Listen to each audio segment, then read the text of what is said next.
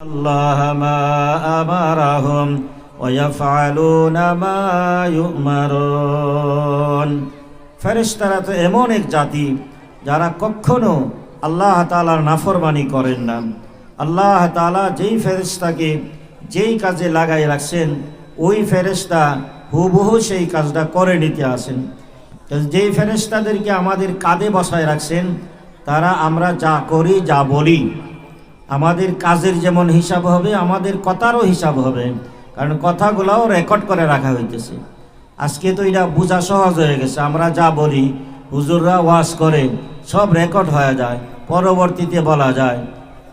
বড় বড় নেতারা শত শত বছর আগে কথা বইলা গেছে, সব কথা এখনো বাজে। কাজেই আমরা যা বলি এটা আল্লাহ তাআলা রেকর্ড করে নিতেছেন ফেরেশতাদের মাধ্যমে। তো একটাও গোপন থাকবে না, সব হাসরের ময়দানে খুলে ধরা দেওয়া হবে।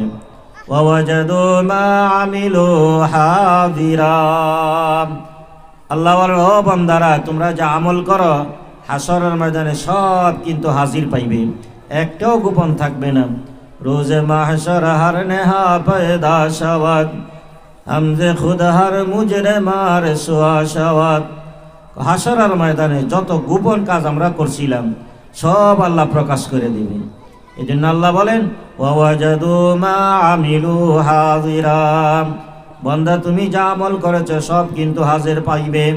ওয়ালা ইয়াজলিমু রাব্বুকা আহাদা, তোমার রব সামান্যতম জুলুমও কাহার উপর করবে না। যদি যার যার আমল ওজন হাসরের ময়দানে হিসাব হবে। নেক যদি বেশি হয় নেকের পাল্লা ভারী হবে।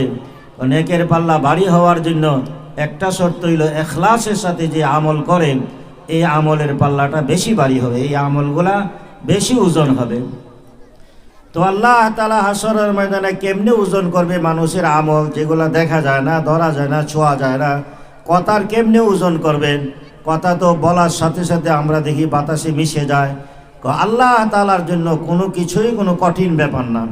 আল্লাহ নিজে যেখানে বলতেছেন ওয়ানাদাউল মাওয়াজিনাল কিসতা লিয়াউমিল কিয়ামা, কিয়ামতের দিনে মানুষের ওজন আমলগুলা মিজানের পাল্লায় ওজন করা হবে, ইনসাফের পাল্লায় দাড়ি পাল্লায় ওজন করা হবে, জুলুম করা হবে না। তো আল্লাহ আমাদের কাছে অসুবিধা হইতে পারে, অসম্ভব হইতে পারে, কিন্তু আল্লাহ তাআলার কাছে তো কোনো কিছু অসম্ভব নয়। আল্লাহ তাআলা আমাদের আমলের একটা জিসিম দান করবেন, শরীর দান করবেন, এটারে ওজন করবেন। অথবা আল্লাহ তাআলা ওজন করতে চাইলে কোনো অসুবিধাই নাই, আল্লাহ তাআলা আমল নামা ওজন করবেন। যার যে আমল, নেক আমল বেশি হইলে আমল নামা বাড়ি হবে নেক আমলের পাল্লা, নেক আমল কম হইলে বাড়ি কম হবে। আবার এমনটাও আছে আল্লাহ তাআলা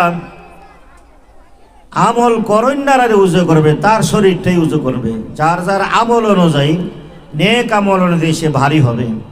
আব্দুল্লাহ ইবনে মাসউদ রাদিয়াল্লাহু তাআলা আনহুর ব্যাপারে রাসূল করিম সাল্লাল্লাহু আলাইহি সাল্লাম বলেন, এই লোকটা যতই হ্যাংলা পাতলা তোমরা দেখো না কেন, হাসরের ময়দানে মিজানের পাল্লাতে সে অনেক অনেক ভারী হয়ে যাবে। বোঝা গেল মানুষকে আল্লাহ ওজন করবেন, অথবা আমল নামা ওজন করবেন, অথবা আমলগুলারে আল্লাহ তাআলা একটা শরীর দিয়া আকার দিয়ে ওইগুলার ওজন করবেন। ওজন মোটামুটি হয়ে যাবে নিশ্চিত, আল্লাহর জন্য কোনো ব্যাপার না।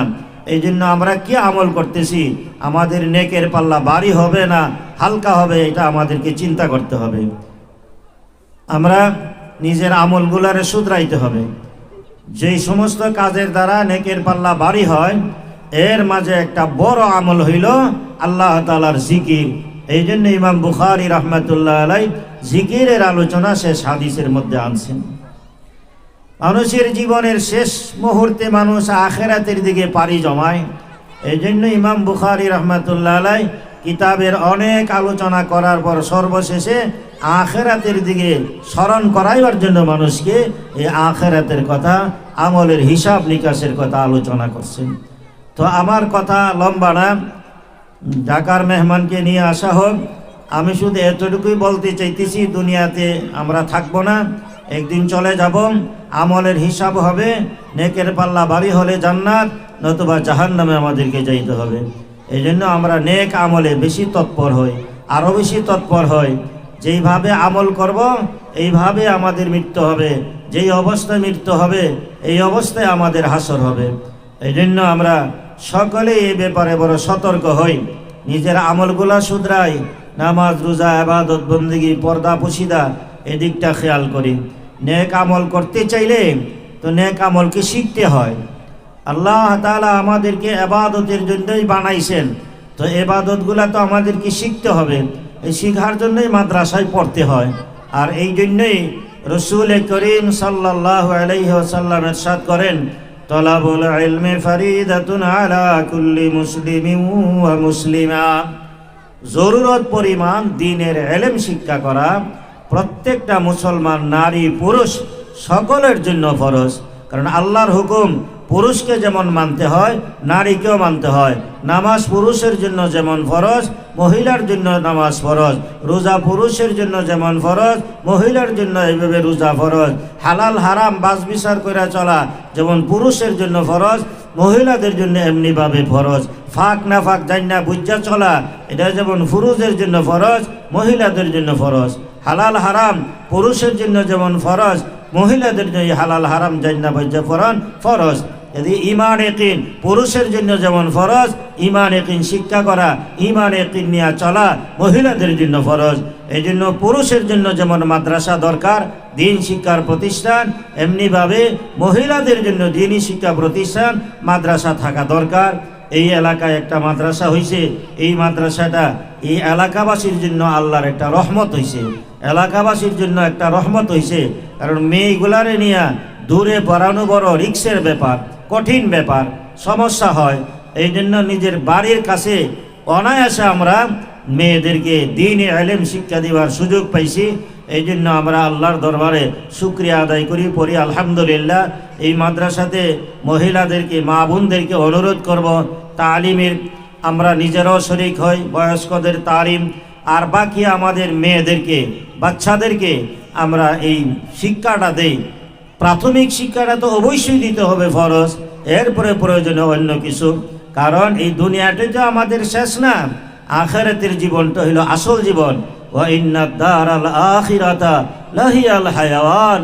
আখিরাতের জীবনটা হইল প্রকৃত জীবন, আখিরাতের জীবনের সফলতা আসল সফলতা। আর এই সফলতা হবে যদি আমার মিজানের পাল্লা নেক আমল দিয়ে আমি ভারী করতে পারি। আমি নেক জানিও না, বুঝিও না, নেক আমল কেমনে করা লাগে তাও জানি না। অশুদ্ধ আমল করলে সেই আমল তো আল্লাহর দরবারে কবুল হবে না, আর এই আমল আমার মিজানের পাল্লা ভারীও করবে না। এই জন্য আমাদের আমলগুলা বিশুদ্ধ হতে হবে, সহি তরিকায় হইতে হবে, নবীর তরিকায় হইতে হবে। তাই আমাদেরকে এই জাতীয় মাদ্রাসায় আইসা লেখাপড়া কইরা তালিম নিয়া নিজের ঈমান ইয়াকিনকেও মজবুত বানাইতে হবে, আমাদের ইবাদত বন্দেগীকেও সহি বানাইতে হবে, নবীর তরিকা মতে আমাদের ইবাদত বন্দেগী হইতে হবে। তাহলে আমরা এই দুনিয়াতেও সুখ শান্তি পাবো, আল্লাহর রহমত লাভ করব। মৃত্যুর পরে কবরে হাসরে মিজানে ফুলসেরাতে আল্লাহ তাআলা আমাদেরকে নিজের জিম্মাদারিতে পার কইরা আল্লাহ তাআলা নিজের জিম্মাদারিতে আমাদেরকে জান্নাত দিয়ে দেবেন। জান্নাত পেয়ে যাওয়া নিজের জীবনের চূড়ান্ত সফলতা লাভ করা। এই জন্য আমরা বড় সতর্ক হই, সাবধান হই, আখিরাতমুখী হই, গুনাহ ছাড়ি, নেক আমলে ধরি। কোনো অবস্থায় আমাদের দ্বারা যেন কোনো গুনাহ না হয়, নবীর তরিকার খেলাফ যেন কোনো কাজ না হয়। সকল কাজ আমরা নবীর তরিকা মতে করব, আমাদের আমল আখলাককে শুধরাবো। আর এই এলাকাবাসী মহিলাদের কাছে আবারও বিনীত অনুরোধ, আমাদের মেয়েদেরকে মাদ্রাসায় দিব, আর আমরাও মাদ্রাসার সাথে সম্পর্ক রাখবো ইনশাআল্লাহ, জানে মালে সম্পর্ক রাখবো। এই সম্পর্কটাই আমাদের আখিরাতে নাজাতের উসিলা হয়ে যাবে একদিন। আল্লাহ আমাদেরকে এই সকল কথা বুঝা আমল করার তৌফিক দান করুন। সকলে বলে আমিন। ওয়া আখিরু দাওয়ানা আনিল হামদুলিল্লাহি রাব্বিল আলামিন।